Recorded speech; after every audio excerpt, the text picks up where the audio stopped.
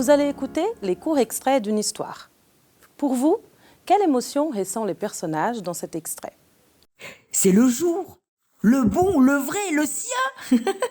Elle roule sur son lit, se relève d'un coup, tend ses bras vers le ciel, en poussant un grand « Waouh !» Elle se sent aussi légère qu'une plume. Alors elle se met à sauter partout. Cet extrait, qui décrit la joie, fait partie d'une histoire originale créée par la conteuse Yasmina Krabière, elle-même aveugle. Cette histoire est un parmi plusieurs ressources du programme Émotissense, un programme d'atelier multisensoriel à destination des enfants en situation de handicap visuel.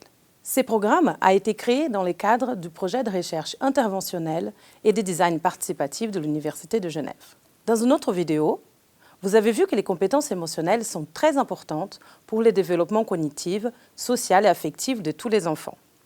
Aujourd'hui, il y a plein de ressources dans le marché pour les enfants voyants qui travaillent les émotions, comme par exemple des livres, des jeux ou des films à la télévision. Il existe aujourd'hui aussi des programmes pour entraîner les émotions à l'école avec les enfants. Et on dispose aujourd'hui des preuves scientifiques des effets bénéfiques de ces programmes pour le développement social des enfants et par exemple aussi pour améliorer les performances scolaires. Par contre, ce qu'on va noter, c'est que ces ressources et ces programmes, ils se focalisent principalement sur des aspects visuels, formels, c'est-à-dire les expressions dans le visage. Maintenant, si je vous demande de fermer les yeux et essayer de vous concentrer sur vos autres sens, le toucher, l'audition ou sur les ressentis de votre corps. Comment nous pouvons utiliser ces autres sources, ces autres modalités sensorielles pour identifier les émotions que nous ressentons et identifier aussi les émotions des autres. Voici la question principale qui a guidé la construction des ressources du programme Émotissense. Ces activités ont été construites grâce à une démarche de design participative qui implique les enfants et leur entourage à tous les processus de création du programme. Une autre vidéo va revenir sur les bases essentielles de la méthodologie de design participatif.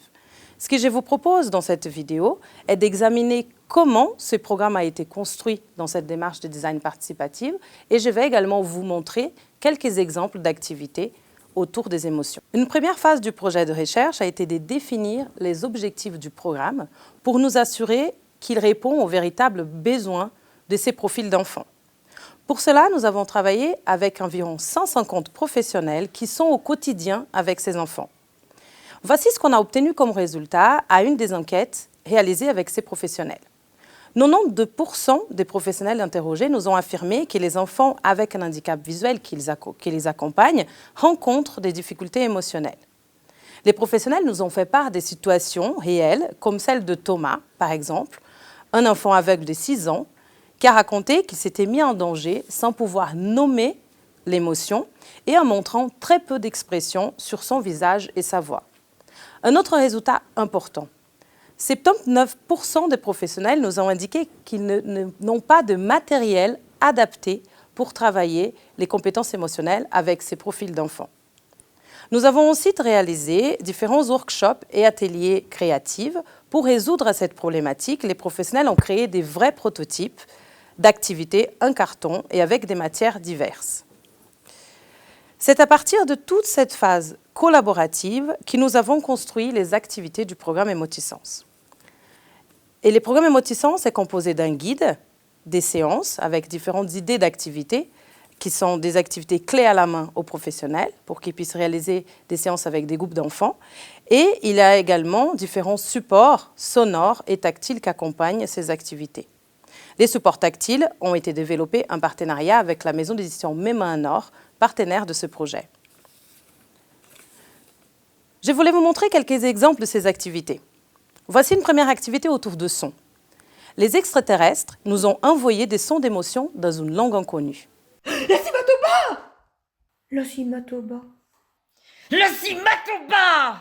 Avez-vous noté les changements de mélodie, d'intonation de la voix dans chacun de ces extraits pour représenter la peur, la tristesse et la colère?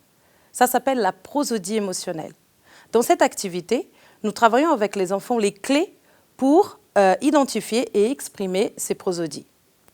Ensuite, ils vont travailler ces compétences à travers des jeux, comme les lotos des émotions, ou aussi des jeux où on doit exprimer et essayer de deviner la prosodie émotionnelle de l'autre. Du côté du toucher, nous avons créé des masques pour travailler les aspects, les traits différenciateurs de chaque émotion sur les visages, des traits tactiles.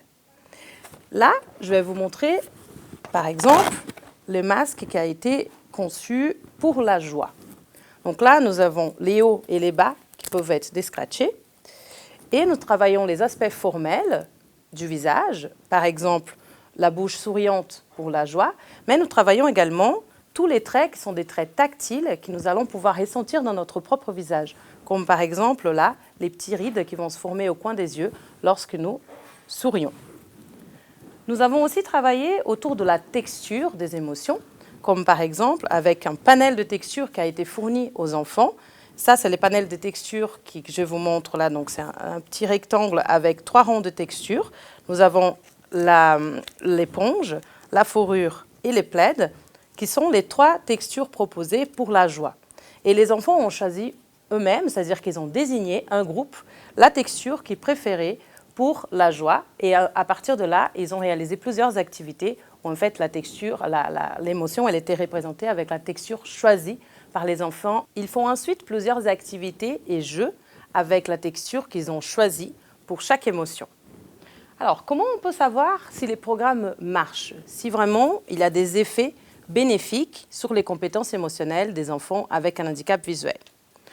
Pour vérifier cela, on a mis en place ce qu'on appelle un paradigme pré-post-test. C'est-à-dire que nous réalisons des tests pour évaluer les compétences de ces enfants à 2 moments différents, avant le programme et après avoir participé au programme. C'est un autre volet scientifique important du projet, car aujourd'hui, il n'existe pas des tests standardisés et validés pour évaluer les compétences émotionnelles des enfants avec un handicap visuel. Pour cette partie, des évaluations spécifiques ont été élaborées et testées avec d'autres enfants contrôle. Ces paradigmes pré- et post-test a montré un effet bénéfique du programme chez les enfants avec un handicap visuel. C'est-à-dire qu'après avoir suivi les programmes, les premiers groupes d'enfants participant au projet expriment et identifient mieux les émotions avec l'aide des autres sens. Pour conclure, les résultats du projet de recherche Émotisens a montré tout d'abord que certains enfants déficients visuels présentent des difficultés émotionnelles et que les professionnels manquent aujourd'hui des ressources pour travailler les émotions avec ces enfants. Un premier travail collaboratif avec les professionnels nous a permis de définir les objectifs du programme pour qu'ils répondent aux véritables besoins de ces enfants. Nous avons vu, au travers des exemples présentés ici, qu'il est possible de travailler ces compétences émotionnelles avec l'aide des autres sens et au travers des activités adaptées à ces enfants. Nos premiers résultats ont montré un effet bénéfique de ces programmes pour améliorer les compétences émotionnelles des enfants en situation de handicap visuel.